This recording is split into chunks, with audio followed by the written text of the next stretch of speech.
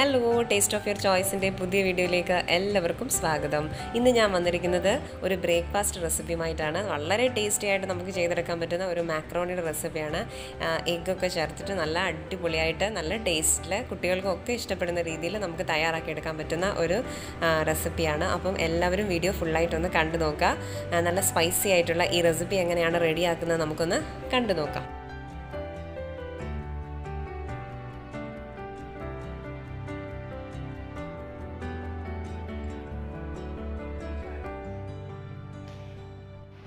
അപ്പോൾ ഇതിനായിട്ട് ഞാനിവിടെ 2 കപ്പ് മാക്രോണി എടുത്തിട്ടുണ്ട്. നമുക്കിതൊന്ന് വേവിച്ചെടുക്കണം. വേവിച്ചെടുക്കാനായിട്ട് ഞാനിവിടെ ഒരു പാത്രത്തിൽ നിറയെ വെള്ളം എടുത്തിട്ടുണ്ട്. ഗ്യാസിലേക്ക് വെച്ചിട്ടുണ്ട്. ഇത് നമുക്ക് നന്നായിട്ടൊന്ന് തിളപ്പിച്ചെടുക്കണം. ഈ സമയത്ത് ഇതിലേക്ക് കുറച്ച് ഉപ്പ് ചേർത്ത് കൊടുക്കാം. മക്രോണിയിലേക്ക് പിടിക്കാനുള്ള കുറച്ച് ഉപ്പ് ചേർത്ത് കൊടുക്കുക. കൂടെ തന്നെ കുറച്ച് ഓയിലും കൂടി ചേർത്ത് കൊടുക്കാം. മക്രോണി തമ്മിൽ ഒട്ടി പിടിക്കാതിരിക്കാൻ വേണ്ടിയിട്ടാണ് നമ്മൾ ഓയിൽ ചേർക്കുന്നത്. ഇനി ഇത് നന്നായിട്ടൊന്ന് തിളച്ച് വരാൻ വേണ്ടിയിട്ട് നമുക്കൊന്ന് വെയിറ്റ് ചെയ്യാം. നന്നായിട്ടൊന്ന് വെള്ളം തിളച്ച് വരുന്ന സമയത്ത് നമുക്കതിലേക്ക് മക്രോണി ചേർത്ത് കൊടുക്കാം. ഇപ്പം വെള്ളം നന്നായിട്ട് തിളച്ച് വന്നിട്ടുണ്ട്. ഇതിലേക്ക് നമുക്ക് മക്രോണി ചേർത്ത് കൊടുക്കാം.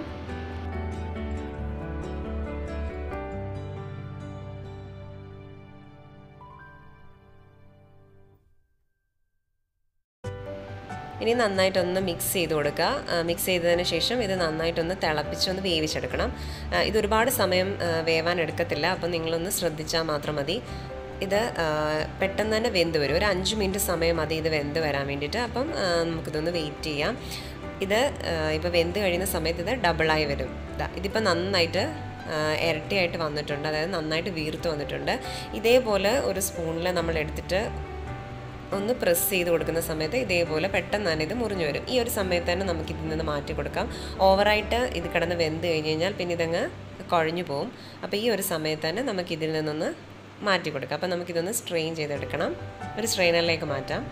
ഇതേപോലെ സ്ട്രെയിനറിലേക്ക് മാറ്റിയിട്ടുണ്ട്. ഇതിലെ വെള്ളമൊക്കെ മാറ്റി എടുത്തിട്ടുണ്ട്. ഇനി ഇത് നന്നായിട്ടൊന്ന് നിരത്തിയിട്ട് കൊടുക്കുക. ചൂടത്തിരുന്ന് ഓവറായിട്ട് വെന്ത് പോകാതിരിക്കാൻ വേണ്ടിയിട്ട്. ഇനി നമുക്ക് ഇതിലേക്ക് വേണ്ട മസാലയൊന്ന് റെഡിയാക്കണം. അതിനായിട്ട് ഞാനിവിടെ ഒരു പാൻ വെച്ചിട്ടുണ്ട്. ഇതിലേക്ക് ഞാനിവിടെ 2 ടേബിൾ സ്പൂണ് വെളിച്ചെണ്ണയാണ് ഒഴിച്ചു കൊടുക്കുന്നത്. അതിലേക്ക് നന്നായിട്ട് ചൂടായി വരുന്ന എണ്ണയിലേക്ക് ഒരു 1/4 ടീസ്പൂൺ കടുക് ചേർത്ത് കൊടുക്കുകയാണ്. കടുക് നന്നായിട്ട് പൊട്ടി വരുന്ന സമയത്ത് ഒരു ചെറിയ കഷ്ണം ഇഞ്ചി അരിഞ്ഞതും ഒരു 7 ടല്ലി വെളുത്തുള്ളി ചെറുതായിട്ട് അരിഞ്ഞതും കൂടെ ഈ ഒരു സമയത്ത് നമുക്ക് ചേർത്ത് കൊടുക്കാം. ഇനി ഇത് ഒരു ഇളം ബ്രൗൺ നിറം ആവുന്നത് വരെ നമുക്കൊന്ന് മൂപ്പിച്ചെടുക്കണം.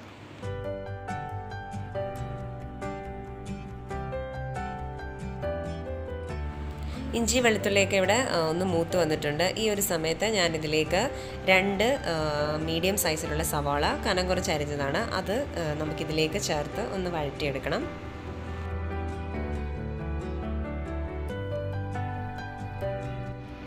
ഉള്ളി ഒന്ന് വഴണ്ട് വരാൻ വേണ്ടിയിട്ടുള്ള കുറച്ച് ഉപ്പ് നമുക്ക് ഈ ഒരു സമയത്ത് ചേർത്ത് കൊടുക്കാം. ഇനി ഇത് നന്നായിട്ടൊന്ന് വഴറ്റിയെടുക്കണം.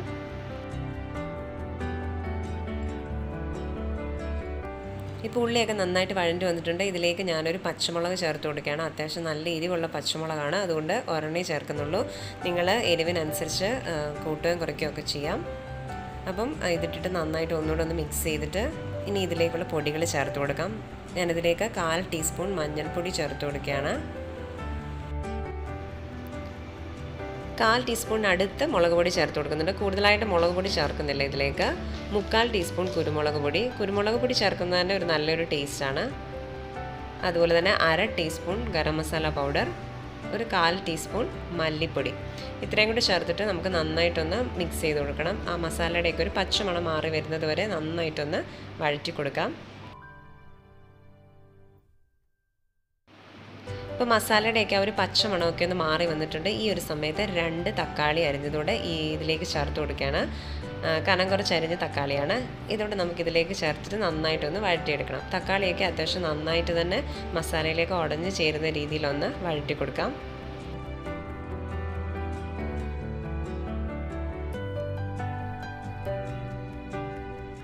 ഇപ്പോൾ തക്കാളിയൊക്കെ അത്യാവശ്യം നന്നായിട്ടൊന്ന് ഉടഞ്ഞ് വന്നിട്ടുണ്ട്. ഇതിലേക്ക് ആവശ്യത്തിനുള്ള ഉപ്പ് നമുക്ക് ഈ ഒരു സമയത്ത് ചേർത്ത് കൊടുക്കാം. ഇനി നന്നായിട്ട് ഒന്നുകൂടി ഒന്ന് മിക്സ് ചെയ്തെടുക്കാം.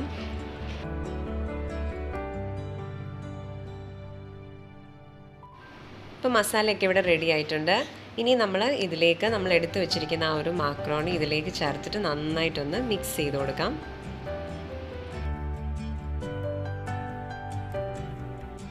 ഇതിപ്പോൾ മൊത്തത്തിൽ ഇവിടെ ഇട്ട് കൊടുത്തിട്ടുണ്ട്. നന്നായിട്ടൊന്ന് ഇളക്കി കൊടുക്കുക.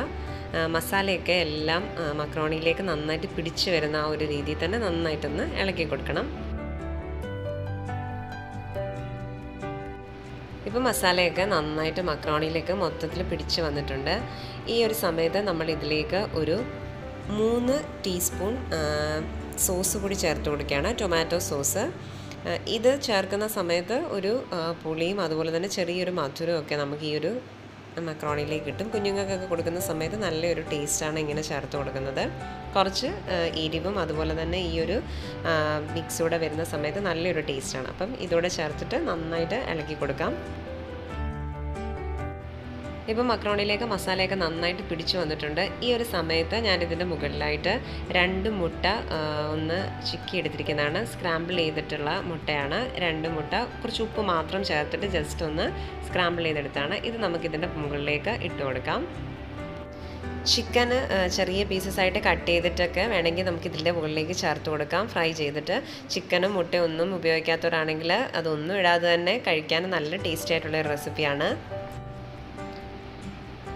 ഇതിൻ്റെ മുകളിലായിട്ട് കുറച്ച് മല്ലിയില കൂടി ചെറുതായിട്ട് അരിഞ്ഞ മല്ലിയില ചേർത്ത് കൊടുക്കാം. ലാസ്റ്റിൽ ഞാനിതിലേക്ക് കുറച്ച് ടൊമാറ്റോ സോസ് ജസ്റ്റ് ഒന്ന് ഇട്ട് കൊടുക്കുകയാണ്.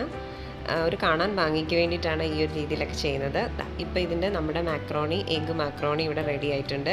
സെർവ് ചെയ്യുന്ന സമയത്ത് ഇത് നമുക്ക് മൊത്തത്തിൽ മിക്സ് ചെയ്തിട്ട് എടുക്കാം. അപ്പം ആദ്യം തന്നെ ഇതിങ്ങനെ തന്നെ ചേർത്തിട്ട് നിങ്ങൾക്ക് ഫുള്ളായിട്ട് മിക്സ് ചെയ്തെടുക്കാം. എങ്ങനെ വേണമെങ്കിലും ചെയ്യാം. ഞാനിപ്പോൾ ആദ്യം ഇതേപോലെ ഒന്ന് എടുത്തതിന് ശേഷം മൊത്തത്തിൽ മിക്സ് ചെയ്തെടുക്കാമായിരുന്നു ചെയ്തത്. അങ്ങനെ ടേസ്റ്റി ആയിട്ടുള്ളൊരു മക്രോണി ഇവിടെ റെഡി ആയിട്ടുണ്ട്. ഇതാണ് നമ്മുടെ ഫുള്ള് സെർവ് ചെയ്യുന്ന സമയത്ത് മൊത്തത്തിൽ മിക്സ് ചെയ്തെടുത്തിരിക്കുന്നതാണ്. നല്ല ടേസ്റ്റി ആയിട്ടുള്ള ഒരു മക്രോണിയുടെ റെസിപ്പിയാണ്. നിങ്ങളെല്ലാവരും ട്രൈ ചെയ്ത് നോക്കണം, ഇതേപോലെ ചെയ്തിട്ടില്ലാത്തവരാണെങ്കിൽ. അപ്പം ചെയ്ത് നോക്കുന്ന സമയത്ത് നിങ്ങളുടെ ഫീഡ്ബാക്കൊക്കെ അറിയിക്കണം. നിങ്ങളുടെ അഭിപ്രായങ്ങളും നിർദ്ദേശങ്ങളും കമൻറ്റ് ബോക്സിലിടുക. അതുപോലെ തന്നെ നിങ്ങൾക്ക് വീഡിയോ ഇഷ്ടപ്പെട്ടിട്ടുണ്ടെങ്കിൽ ലൈക്ക് ചെയ്യാനും ഷെയർ ചെയ്യാനും സബ്സ്ക്രൈബ് ചെയ്യാനും മറക്കരുത്. അപ്പോൾ പുതിയൊരു വീഡിയോയുമായി അടുത്ത എപ്പിസോഡിൽ കാണുന്നത് വരേക്കും ബൈ.